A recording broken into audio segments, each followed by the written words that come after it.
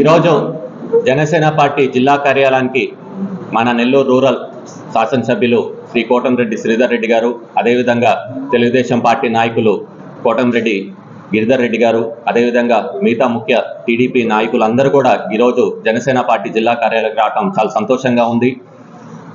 మొదటి నుంచి కూడా ఎప్పుడైతే పవన్ కళ్యాణ్ గారు, చంద్రబాబు నాయుడు గారు జనసేన పార్టీ టీడీపీ కలిసి ప్రయాణం చేస్తారని నిర్ణయం తీసుకున్నప్పటి నుంచి ఉమ్మడి నెల్లూరు జిల్లాలో 10 నియోజకవర్గాల్లో జనసేన పార్టీ టీడీపీ కోఆర్డినేషన్ కానివ్వండి, అండర్స్టాండింగ్ కానివ్వండి, మొత్తం రాష్ట్రంలోనే ఒక ఆదర్శంగా నిలుస్తుంది.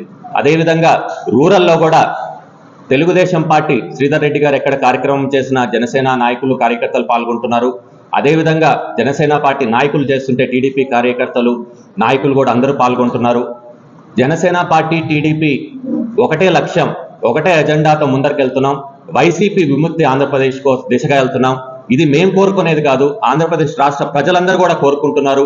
అదేవిధంగా వైసీపీ విముక్తి నెల్లూరు అని కూడా నెల్లూరు ప్రజలు కూడా అందరూ కోరుకుంటున్నారు. ఎందుకంటే ఈ వైసీపీ పాలన మొదలైనప్పటి నుంచి ఎక్కడ చూసినా కష్టాలు కన్నీళ్ళు తప్ప ఇంకేమీ లేదు. వీళ్ళు తీసుకుంటున్న తప్పుడు నిర్ణయాల వల్ల, వైసీపీ వాళ్ళు తీసుకుంటున్న తప్పుడు నిర్ణయాల వల్ల, జగన్మోహన్ రెడ్డి తీసుకుంటున్న తప్పుడు నిర్ణయాల వల్ల ఎక్కడ చూసినా కానివ్వండి ధరలు పెరిగిపోయినాయి, నిత్యావసర వస్తువుల ధరలు పెరిగిపోయినాయి, మద్యపాన నిషేధం చేస్తాను, చీప్ లిక్కర్తో ఆరోగ్య సమస్యలు, ప్రతి గడపకి వెళ్తే ప్రతి ఒక్కరు కూడా మేము కరెంటు బిల్లు కట్టుకోలేకపోతాం, 4 రెట్లు పెరిగిపోయిందని చెప్తున్నారు. అదేవిధంగా నెల్లూరులో కూడా ఎన్నడూ లేనంత విధంగా క్రైమ్ ఎక్కువైపోయింది. నిజంగా మేము ఒకటే చెప్పుకుంటున్నాము, రాబోయే ఎన్నికలు చాలా కీలకమైనటి.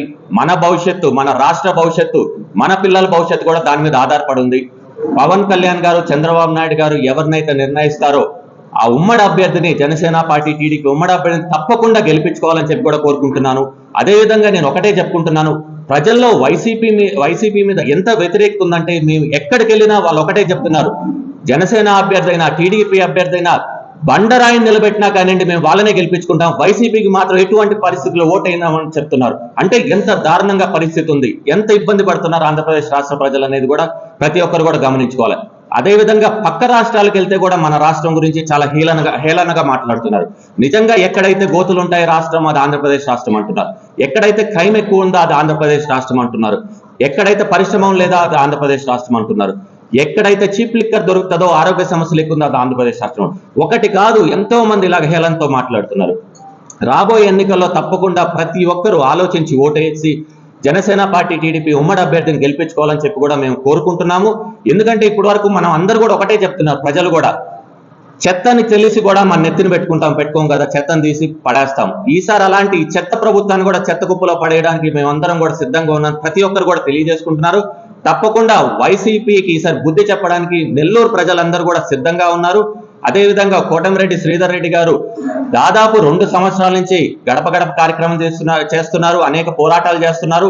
1.5 సంవత్సరం నుంచి వైసీపీ నచ్చక, వాళ్ళు చేస్తున్న దౌర్జన్యాలు, దోపిడీలు సహించక ఎక్కడ అభివృద్ధి లేదని బయటికి వచ్చేసి ప్రజా సమస్యల మీద పోరాడుతూనే ఉన్నారు. జనసేన పార్టీ కూడా వారికి పూర్తిగా మద్దతు ఉంటది. ఏదైతే నిర్ణయం చంద్రబాబు నాయుడు గారు, పవన్ కళ్యాణ్ గారు తీసుకుంటారో తప్పకుండా జనసేన పార్టీ నాయకులు, కార్యకర్తలు అందరూ కూడా కట్టుబడి ఉంటామని నేను తెలియజేస్తున్నాను. మరిన్ని వీడియోస్ కోసం ఛానల్ ని సబ్స్క్రైబ్ చేయండి, లేటెస్ట్ అప్డేట్స్ కోసం వాట్సాప్ ఛానల్ ని ఫాలో చేయండి అండ్ లింక్ డిస్క్రిప్షన్ లో ఉంది.